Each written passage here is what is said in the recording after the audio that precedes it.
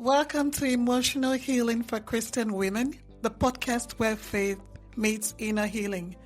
Imagine waking up without the weight of shame, guilt, fear, and loneliness. Imagine finally feeling worthy, confident, and at peace. And doing this with God by your side. That's the healing we can begin together. I'm Marvel Adeyemi, a psychotherapist and a faith-led women's coach. Let's get started. When couples live like roommates, it's actually a description of when love turns into a distance. Hello, everyone. Welcome back to my podcast. Let's talk about something many married couples experience, and they rarely talk about it openly, at least not to friends or family. It's this living like roommates. You share the same house, you manage the children, you coordinate your schedules, but emotionally something feels missing. The warmth is actually gone, and your affection for each other has faded. Conversations are mostly about practical things like paying the bills, doing the groceries, who is picking up the children, and sometimes people quietly wonder, how did we even get here? So if you've ever felt like you and your spouse are living parallel lives rather than sharing a marriage, it's a common concern couples bring into counseling. So when love slowly becomes really distant, couples wake up one morning and suddenly feel like they are strangers. Distance has developed. Emotional safety has gone off, and it often begins during busy seasons of life.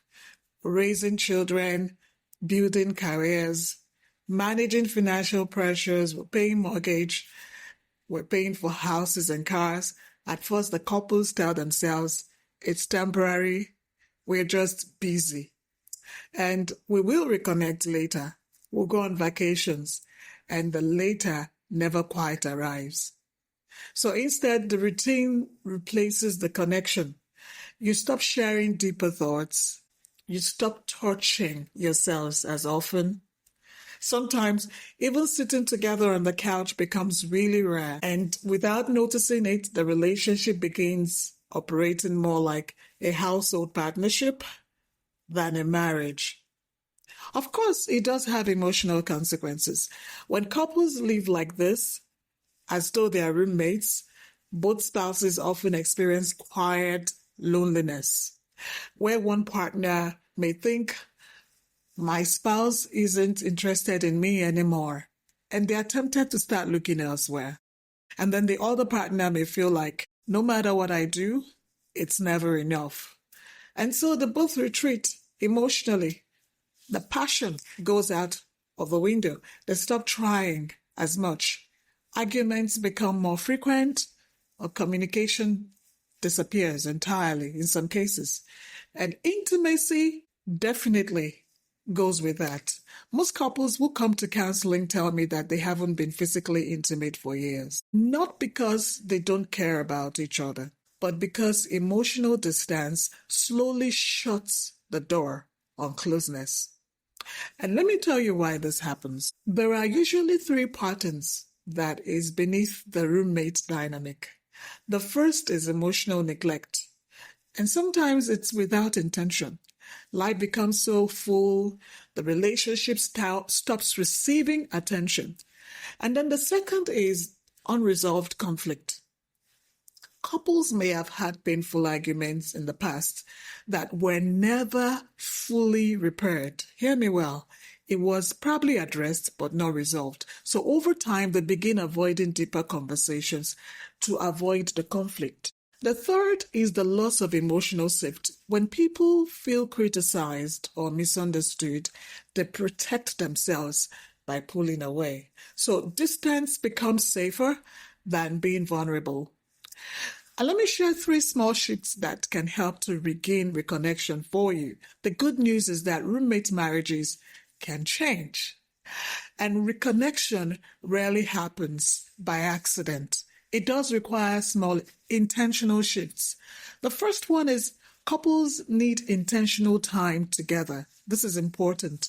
Not just watching television in the same room, but actually talking, walking, sharing something meaningful. I do have a framework. I work with couples. I do tell them what to ask.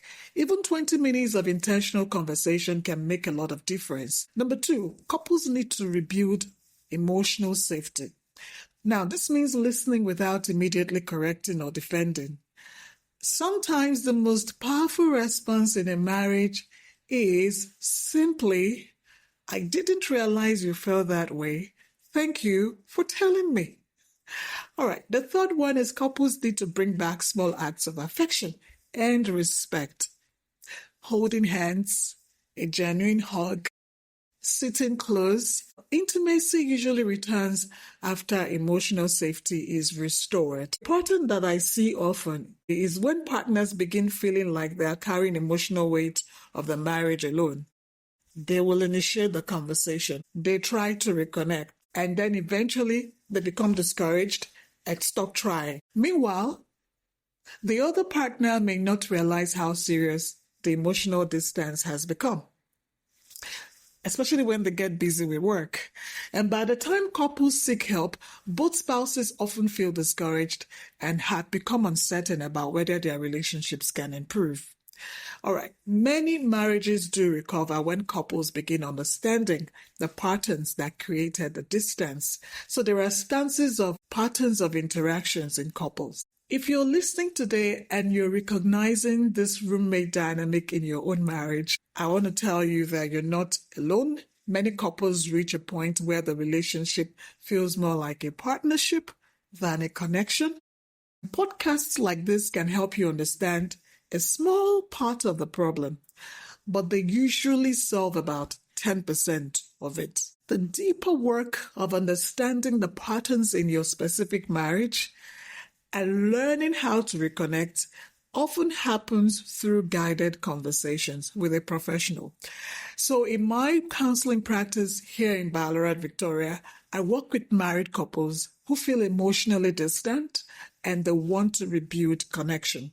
Some couples come because they feel like roommates. Others come because intimacy has disappeared. And I do provide in-person consultations in Ballarat and secure video sessions so couples can access support wherever they are. So if you feel your marriage has drifted into distance, you're welcome to reach out through my website to book a session. Thank you for listening in today. And remember, distance in your marriage doesn't always mean love has disappeared. Sometimes it simply means the relationship needs attention again. Thank you for listening once more. Until next episode, stay beautiful, stay confident. Thank you for spending time with me today on Emotional Healing for Christian Women. If this episode blessed you, please leave a review and share it with a friend who needs encouragement. And don't forget to download my new book, Beyond the Hurt, from my website, marveladami.com.au, and other free resources. Until next time, stay healed, stay beautiful, and stay confident.